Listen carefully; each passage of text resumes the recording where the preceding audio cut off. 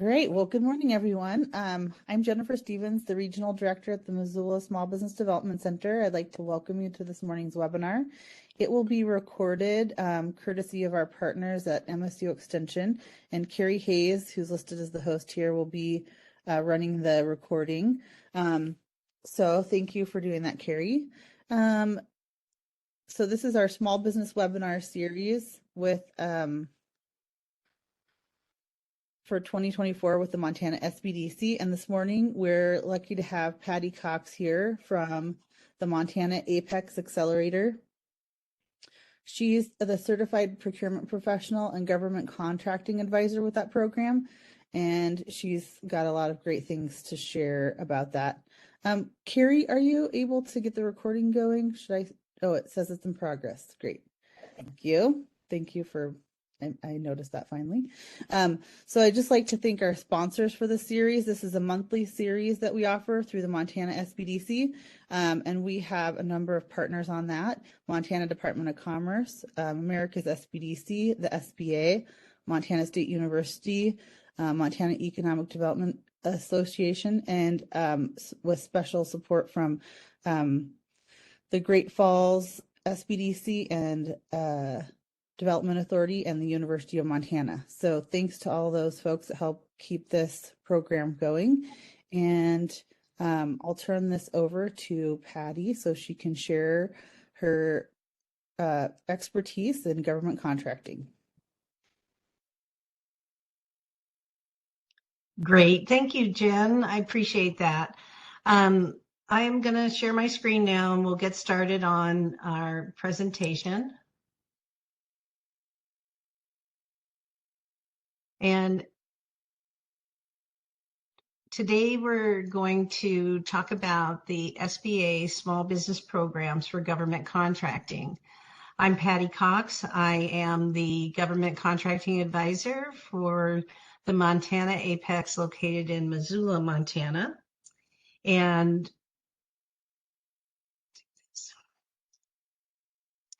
our program provides no-cost advisory services and technical hands-on assistance to help small businesses pursue federal, state, and local government contracts.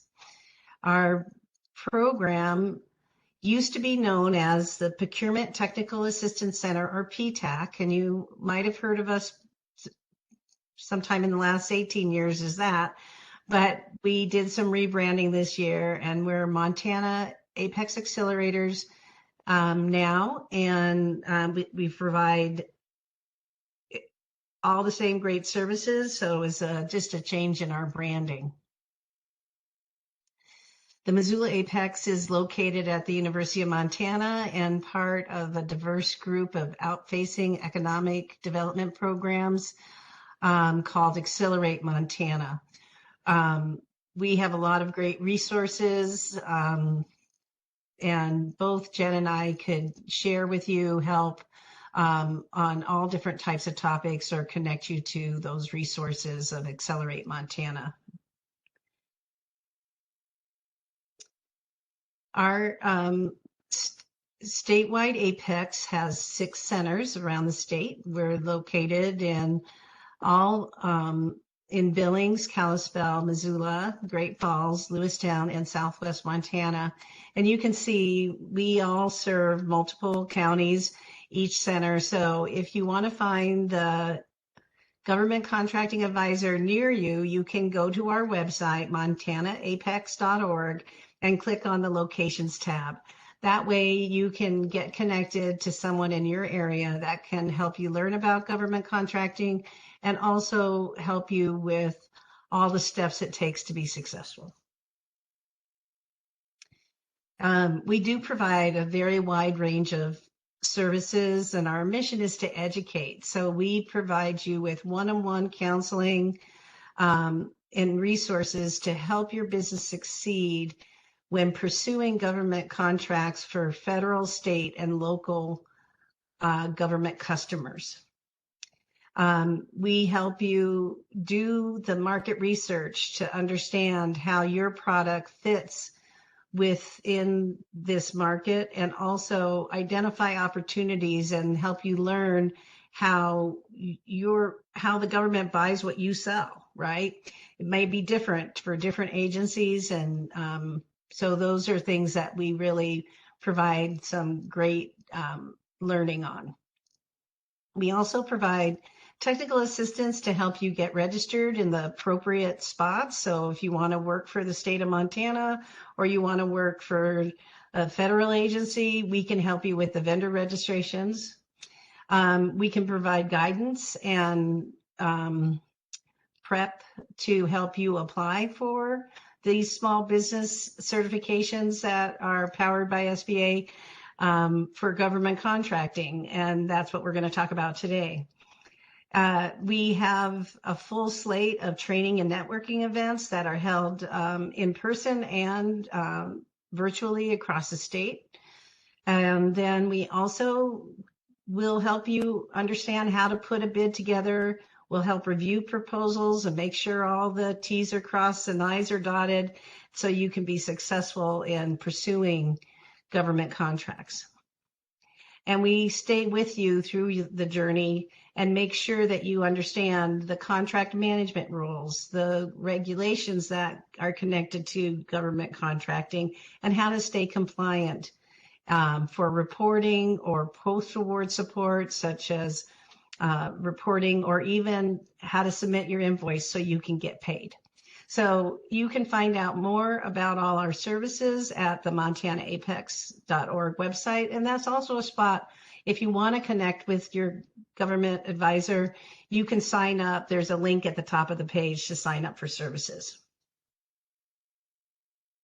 So today we're going to talk about the government assistance programs that are managed by the Small Business Administration, or SBA. And these small business programs support companies who want to do government contracting and want to get certified in one of these many socioeconomic categories.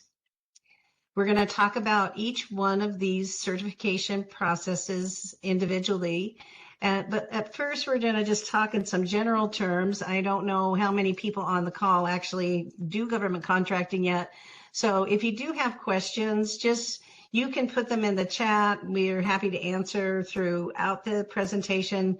And then we have plenty of time at the end to answer questions as well. So the first, you can see we have the 8A certified, women-owned small business certified, and economically disadvantaged women-owned small business certified, service-disabled veteran-owned business certified, and HubZone certified. Those are all distinct programs of the SBA. So you might wonder, why would I get certified, right? Well, it's a great marketing tool. That's one thing, especially if you're pursuing federal contracting. It gives an advantage to your business in order for you to kind of have more opportunities to compete. And also it helps level the playing field. I think these programs, the intent of these programs that are funded through Congress is to kind of engage and get more small businesses involved in government contracting and provide them with some benefits, right? So some of the programs may even provide access to tools, additional training, and other resources for small businesses. So we're going to talk a little bit about some contract terms that you may hear me talking about during the presentation today, and that is the term set aside and sole source. I think that when we talk about these terms, we're talking about them in general sense. They may not apply to every opportunity that you may connect with when you're doing a federal contract. One thing that's important to know that all opportunities are typically if they're under $250,000 or more, they're always going to be set aside for small business. They may additionally be set aside for a company that's registered as in one of these socioeconomic categories or programs. And so when we say set aside, we mean that either a part or a portion of the solicitation that's posted for federal contracting is going to be set aside for small business or a small business such as a woman-owned small business. Again, some of these small business certification allow for more sole source contracts. A sole source contract is when the contracting officer chooses to they have to do market research and understand who can fulfill the requirement. That's one of the steps they do to include small businesses in government contracting. And when they determine that they can find maybe up to 2 service disabled veterans that could fulfill a requirement by doing market research and maybe putting out a special notice about it, then they may end up doing a sole source. And then that may also determine if they're going to set aside for one of these small business certification programs. So I don't want you to be confused by a lot of government lingo at this presentation today, but we're, being in touch with your Apex advisor can always provide clarification, and we help just demystify a lot of these terms and get you through to kind of the opportunities. So for the SBA's certification programs, there's some general eligibility requirements that are that kind of almost all the certification programs have, and then there's some that have unique eligibility requirements. So it's not just the same type of certification for each of those different types of categories.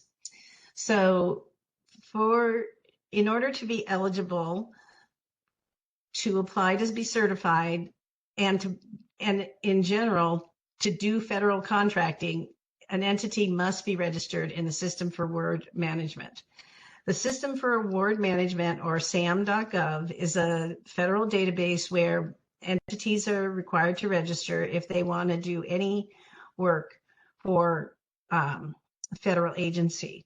And that is one of the, our Apex advisors are very expert at that. So it wouldn't be something I would recommend that you try on your own. You get some guidance from us and then try.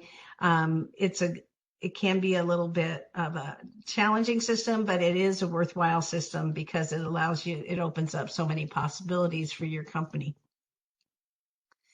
The next thing for these certifications is you must be a small business based on SBA size standards.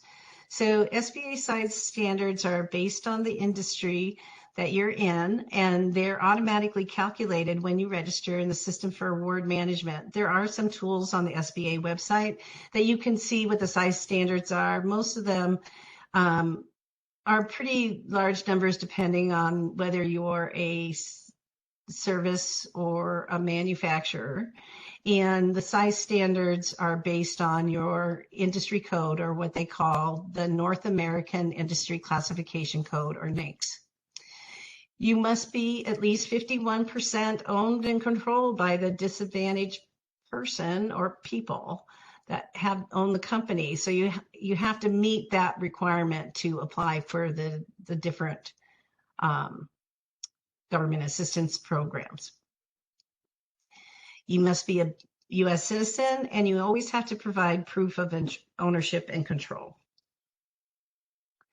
So a few of the programs also have additional economic factors that are measured by the SBA to qualify as disadvantaged, and that you may have to provide financial information about yourself and your company. And these could be things like your net worth, your assets, your income, and your average gross sales. Patty, I have a question. Sure. How would you provide proof of control in a business? So proof of control is typically determined by your corporate documents. And the corporate documents are, so like if you have, let's say you're an LLC and you are you're in a partnership with your spouse, for example. Well, in the LLC, it's going to outline how much in your operating agreement. You're going to have also an operating agreement with the LLC that tells who does what jobs at your company, who has, it describes the ownership distributions. Because you have to prove that you're 51% or more owner, the majority owner would have the most control, but your corporate documents, bylaws, operating agreements, and so on cannot show that you could be outvoted or out-trumped by someone else that's on your board of directors or that works for your company or is in part of your LLC team, all the members of your team. So did that answer your question? Yes, thank you. Okay. The additional requirements sometimes for these programs is that you may have to provide details of other businesses you own or other contributors to your business. And that's the example for proving ownership too, because the SBA wants to see that you have a full-time devotion to the company that you're trying to certify, that you're focused on doing that you're not just doing it because it's your husband's company and you're the woman majority owner. You also have your own full-time real estate business that you take care of. They delve into all the kind of contributors to your business and also want to make sure that you're running the daily operations of the business you're trying to certify. You have to demonstrate that you have good character, which for government contracting means that you've never been debarred or declared ineligible for a contract. And then you may also have to demonstrate that you have the potential for success in government contract. For some of these programs, they like to see people that have been in business for 2 years. That would be the 8A program. Likes to see that. Sometimes you may prove details about your company for some of these programs based on sales and work that you've done for the federal contracting. So we're going to go through each of these programs and we're just going to touch on them briefly. If you do have questions, please ask. I'm happy to answer. And the 8A Business Development Program is basically a business development to help underserved communities, not underserved locations, but people who are socially disadvantaged or economically disadvantaged businesses. It's a one-time certification and it can span a 9-year term. The goal, I'm going to talk a little bit right now about goals. So all agencies have to set goals. Sometimes the SBA sets the goals for the agency, and sometimes the goals are set by Congress or others. But each agency has set goals for how many small businesses that they contract with. And it varies based on the agency, and each year it can vary, but up to at least 23% of all government contract dollars should be going to a small business. And so those numbers also, they've increased the target for those numbers. And in recent years, they want to get the goal all the way up to 25%. So that's why government contracting can be of value to small businesses, because the federal agencies have to reach a goal and they want to hire small businesses. So that's a win-win there for both the government and for industry. So I'm going to explain that, and if you have questions about that, I can talk a little bit more about it later. The 8A Business Development Program is primarily meant for individuals who are presumed socially disadvantaged, and that would be minority businesses. Sometimes women also can fall under this category,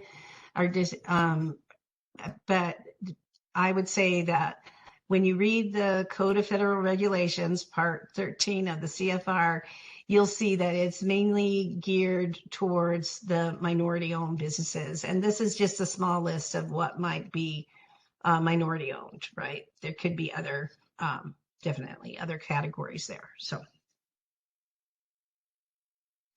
in the 8A program, you also have to be able to show that there's been economic disadvantage for your company, which means that you must meet, you have to kind of fall below these thresholds that you see on the chart here. So you have the owners, they have to, any owner that has the socio category. So you're a Native American owned business and you own it with your brother who is also Native American. You might then qualify, both of your statuses would qualify, but each person has to have a net worth less than 850,000. If you're the socio disadvantaged individuals, have to have average gross income of $400,000 or less, as demonstrated in the previous 3 years. And also, the company needs to be owned and controlled by the socio-disadvantaged individuals, and they cannot have more than 6.5 million in personal assets.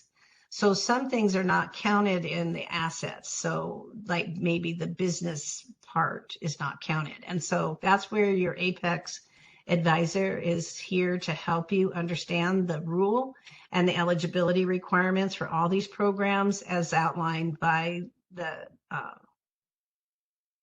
Code of Federal Regulations. SBA's small business programs. We're going to talk next about women-owned small business. A lot of times we hear about this program. It was started back in 2011 to help level the playing field for women business owners. And at that time in history, it was just a self-certification program. But over the years, it has been moved to being a fully vetted program, and that's SBA's responsibility to manage the application process and vet those applications so women-owned businesses can qualify. There's a government-wide goal of 5%, and the set aside for contracts are only under certain underrepresented industries. I'm going to explain what that means. There are two components to this small business program: women-owned small business and economically disadvantaged women-owned small business. And you can see the acronyms here. The SBA has studied and identified specific industries that are underrepresented by women. And these industries are represented by the NAICS code, or that North American Industry Classification System code we kind of alluded to before.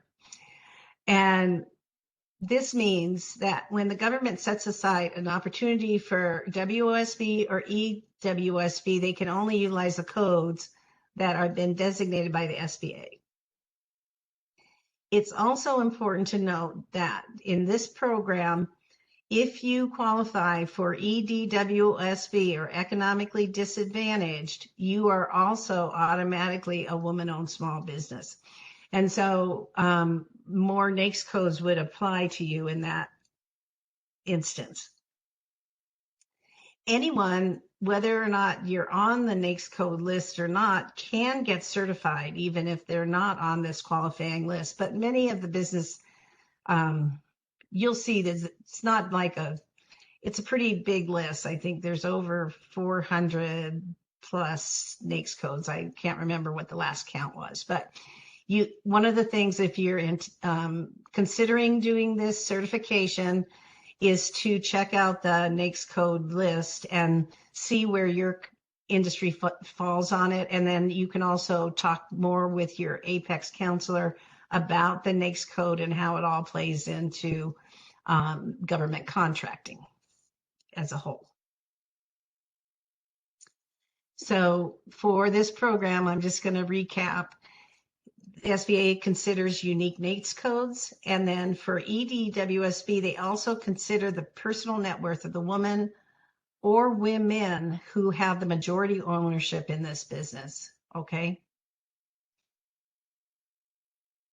Next one up is, the financial thresholds, very similar to the 8A program. You have to still meet all the requirements for the women's contracting program, but you can't, your adjusted gross income has to be below 400,000 on average for the previous 3 years. Personal net worth has to be below 850,000, and can't have personal assets that exceed 6.5 million. And there's a lot. These are just the highlights, and so we can Apex can explain that more about how to calculate these numbers to see if you'd qualify. The next program we're going to talk about is the Service Disabled Veteran-Owned Small Business Program and Veteran-Owned Small Business Program. So this program has gone through several changes in the last 3+ years, and Congress in January of 2023 approved for this program to move from the Department of Veterans Affairs, who had been previously doing the certification process, to the SBA. So it was transferred. And just like the other small business programs, there's opportunities for sole source and set aside contracts, but they might be different for service disabled veterans versus just veteran-owned small business. And that's a distinction there because of the history of the program. In the past, this was just a self-certification program, and then now it's a but the VA, when they certified veterans in the past, before January 2023, they did both SDVOSBs and veteran-owned businesses. So, but now there's no government-wide program for veteran-owned small business, but the VA does hire a lot of veteran-owned small businesses, so you can still get certified as a veteran-owned small business through your SBA certification process. But the government-wide program across all agencies for set-asides is for service-disabled veteran-owned small business, with the exception of the Department of Veteran Affairs. Does that make sense? So I kind of recap here. Government-wide, 3% goal for federal contracting dollars to service-disabled veteran-owned small businesses. And then if you're a veteran-owned small business, the Department of Veterans Affairs allows for sole source and set-aside contracts for both veteran-owned small businesses and service-disabled veteran-owned small businesses. And their goal at the VA is 7% for those types of entities. So the requirements are similar. There's no economic threshold that you have to meet for the service disabled or veteran-owned small business certification, but you do have to be directly owned and controlled by one or more qualified veterans. You have to run the daily operations and provide full-time devotion to the job, and you have to hold the highest position in the company. So that's one of the things to think about for if you're considering this certification. The last one we're going to talk about today is the HubZone, and HubZone is the historically underutilized business zones, and it can be a long-term certification as long as the entity continues to meet the eligibility requirements. There are, for all these programs, there are maintenance, or sometimes annual, sometimes every 3 years, sometimes every 5 years. Each program's a little bit different for recertifying and so on. But the way the SBA describes it, the HubZone program fuels small business growth in historically underutilized business zones with the goal of awarding 3% federal contract dollars to HubZone businesses. The HubZone program is meant for areas that might be economically depressed or need to be bolstered up. Because unlike the other 3 programs we just talked about, HubZone program is not based on the socioeconomic status of the owners. It's based on location. Okay. So there's no net income or net worth requirements or ethnic or gender preferences. The HubZone business must be small. It has to be 51% owned by a U.S. citizen.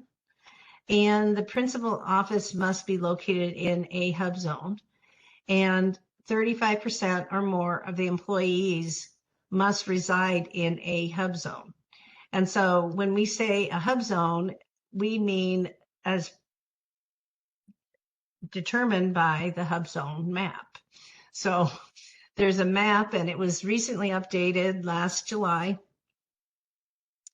And during that time, it did kind of impact a few businesses. HubZone changed and so on.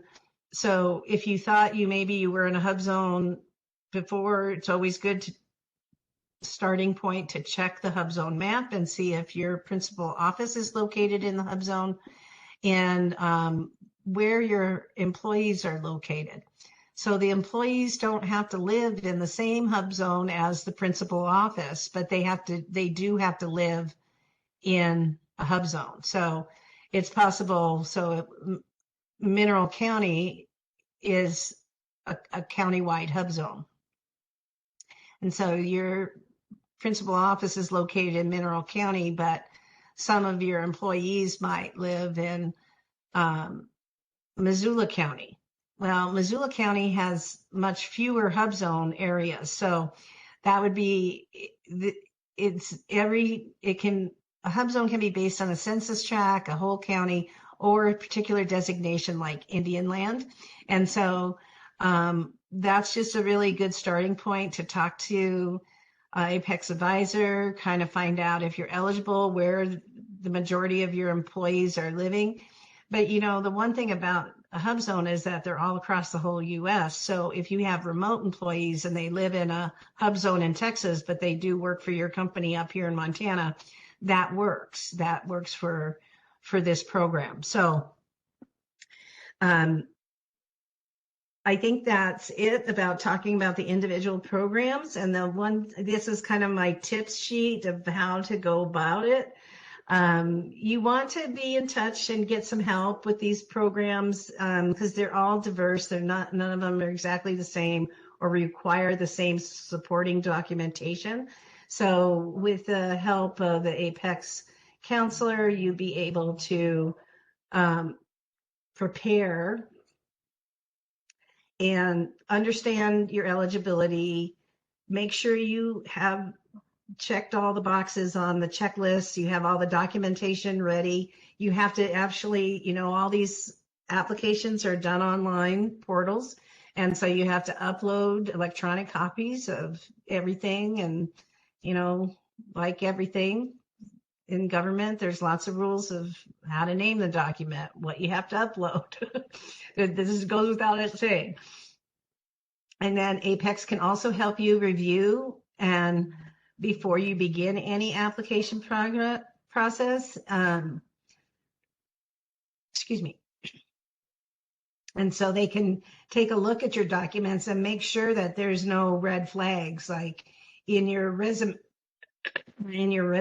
or in your operating statement that shows that you can't prove ownership or control of your company. And then Apex can also provide guidance, sitting side by side with you as you complete the application. If you need assistance and understanding on how to navigate in these web portals or things like that, we know how to do that as well. So I think learning and exploring about government contracting can be a benefit for many of our Montana businesses. And I do hope that you think about what might benefit your company. And I did provide helpful links on the last page of the slideshow, which is going to be available at the website that's posted, I think, in the chat. But these different websites, the top link is going to have the general information about the program. That takes you to the SBA's website. And then there's different application sites for each one of these programs. It's not all in one spot. So I got those links there for you. And now I'm here to answer questions.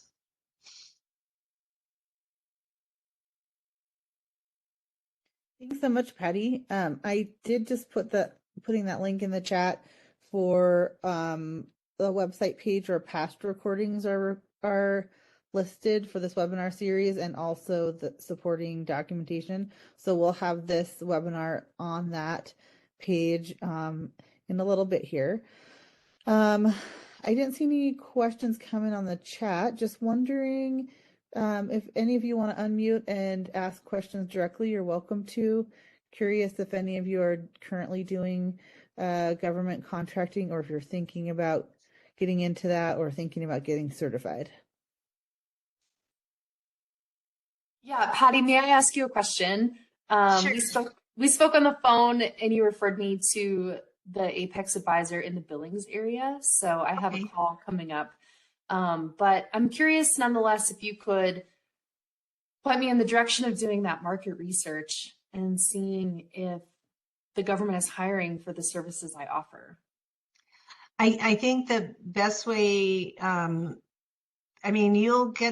you'll have a conversation with the advisor to kind of learn about how the government buys what you sell. There's a lot of different techniques to identify. One of the things to think about is, what is your product cost?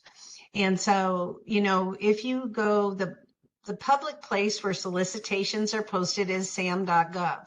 And when you look at sam.gov, it's one website with 7 domains. So you want to look at the contract opportunities area. And by law, the government needs to post opportunities that are valued over $25,000, right? And so those are what's posted on sam.gov, or notices about opportunities over 25,000. So kind of through the Apex, we can help you learn what the government purchasing thresholds are. And if sometimes it takes traditional marketing to get known and to sell your product, but I would say that the government buys just about everything on the planet. And so if you could remind me, I think you have a consulting company, is that right? What was the company? What kind of work do you do? Yeah, leadership development, and I primarily work with trades professionals. So the DOT would be of interest to me. The Department of Transportation, and that's more, but that's the other thing to think about too when you're wanting to get started in government contracting is how you can start small. So we can help you register as a vendor for the state of Montana. So maybe it's the state of Montana Department of Transportation that you kind of get your feet wet on. And the starting small could also be that you might partner with other contractors on projects as well. So depending on the industry that you're in, we would take a look at how the government is buying that, and that market research can be done in a lot of different areas. The government posts all the dollars that are spent across for contracts, grants, loans, and every dollar actually federal spending is reported on usaspending.gov. But that's kind of a big step to go look for like one single NAICS code there. So we want to make sure that if you'd have a chance to work on getting started, then you would work on kind of understanding where you fit in the market. We also offer a monthly training for the Apex every month. It's presented on the third Wednesday at 11:30.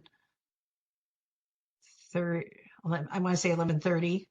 And it's called Take Action Beyond SAM. So really the first step for federal contracting is SAM registration, and we'll help you with that. But Beyond SAM webinar is offered monthly, and it tells like, okay, now I'm poised to do government contracts. What else can I do to get known and to understand where I fit? So it's just a step-by-step process of learning.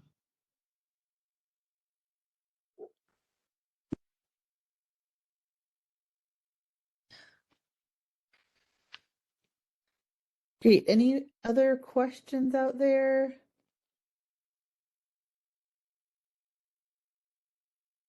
I've had a great success referring clients to Patty when they have government contracting questions.